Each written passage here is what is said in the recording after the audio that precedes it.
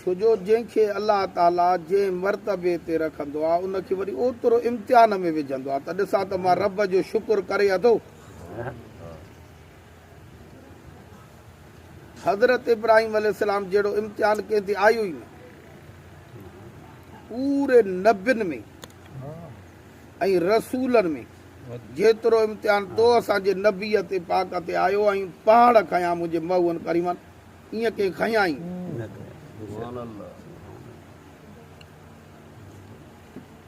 महूअ करीम काइनात जे सरदार सल्लल्लाहु अलैहि वसल्लम ताइफ़ तबलीग ते विया।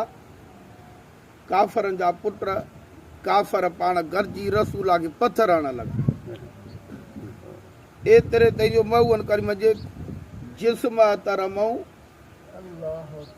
खून मुबारक निकिरण शुरू थी वियो। सहाबा इकराम को रड़ियूं निकिरी वयूं।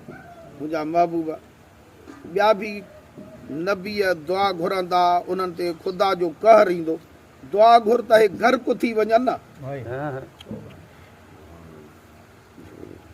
थोरो हिते हिकिड़ो लफ़्ज़ सम्झण जी कोशिशि कयो। जेकॾहिं तो असांखे ताक़त हुजे न ऐं तो असांजो दुश्मन हुजे त असां हुनखे अलाए किथे पुॼायूं। पर मुंहिंजे महबूब करीम काइनात जे सरदार सल्लल्लाहु अलैहि वसल्लम उहो नबी हो जो हीअं रस्ते सां हलिया रस्ता ख़ुशबूदार थी वञनि। रस्ते सां हले पथर कलमा पढ़नि।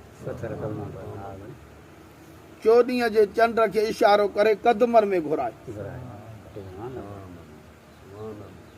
वण झुकी सजदा कनि, वण झुकी सजदा कनि। हाणे ताक़त ॾिस, पावर ॾिस। मुंहिंजे महूअ करीम खे अर्ज़ु कयूं त काफ़रनि पथर वसाया आहिनि। उहो अलाह जो नबी आहे। दुआ घुर त इहे गर्क थियनि न साईं। महूअ हथ खया। मुंहिंजा अलाह हिननि मूं ते पथर वसाया आहिनि, तूं हिन ते गुलाब जा गुल वसाया। हे नथा ईमान आणनि, भला हिननि जे पोयरनि खे ईमान अता कजां। साहबा इकराम रड़ियूं निकिरी वियूं। मुंहिंजा महूअ वरी बि उनखे दुआ थो करे, उनखे पिटे नथो। पाण फरमाए छा कयां, तव्हां क़ुर पाक न पढ़ियो आहे? इल्ला रहमत लिल आलमीन, रहमत लिल आलमीन। मूं वटि इहो सौदो ई न आहे पिटण। न त मां इशारो कयां त पथरनि खे पिंड पाण करे छॾियां। हे त मुंहिंजे आॾो कुझु बि न आहे। महूअ करीम काइनात जे सरदार जे आॾो हीअं लोटे में ॻोह खे बंदि करे साड़े खाक करे अबू जेल खणी आया। ॿुधाए मुंहिंजे हथ में छा आहे? नबी साईं हीअं इशारो कयो, ॻोह ज़िंदा थी पई, मोहल खाक थियल ज़िंदा थी पई। उहा चवे थी अशहदु अन्न सैयदना मुहम्मदन अब्दुल्लाह, शायदि ई इहो अलाह जो सचो नबी आहे। पावर ॾिस, ताक़त ॾिस, वरी करीमी ॾिस। मुंहिंजे महूअ करीम काइनात जे सरदार सल्लल्लाहु अलैहि वसल्लम जेॾी महिल मुंहिंजे रहमत लिल आलमीन दुआ जा हथ खयां, मुंहिंजा मालिक हिननि ते रहमतनि जो मींहुं वसा। जेॾी महिल मुंहिंजे महूअ करीम काइनात जे सरदार सल्लल्लाहु अलैहि वसल्लम उन्हनि जे लाइ दुआ घुरी, उहा जॻह ॾिसी आयासीं ताइफ़ में। थोरी देरि गुज़री, उते मुंहिंजा महूअ करीम उतां गुज़र पिया कनि। हरणीअ सॾ कया। कंहिं हरणीअ सॾ कया। मुंहिंजे महूअ करीम काइनात जे सरदार सल्लल्लाहु अलैहि वसल्लम खे हरणीअ सॾ कया। मुंहिंजा महूअ वई उनजो ज़ामिन थिया। छा ज़बान सां चओ त तो ते बि करम थी पियो। हरणीअ जा ज़ामिन थिया। थोरो पिरीअ जा नौकर लफ़्ज़नि खे सम्झण जी कोशिशि कयो।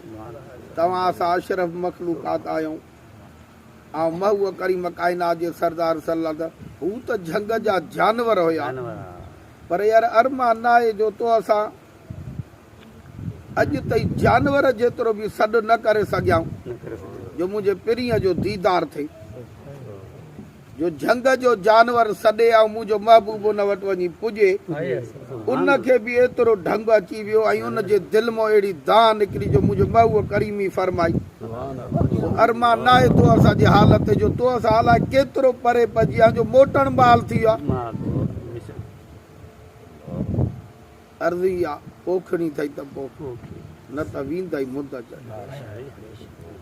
पाणी थींदी पोइ सुकी थींदी सोक लुणंदो सारो लोक तूं सिकंदे हिकिड़े संग लाइ चए थो मत मौत अची वञे पोइ तूं कहिड़े कम जी कम जा तॾहिं आहियूं इहो लफ़्ज़ यादि कर जॾहिं नबीअ जा न आहियूं त असां कुझु बि न आहियूं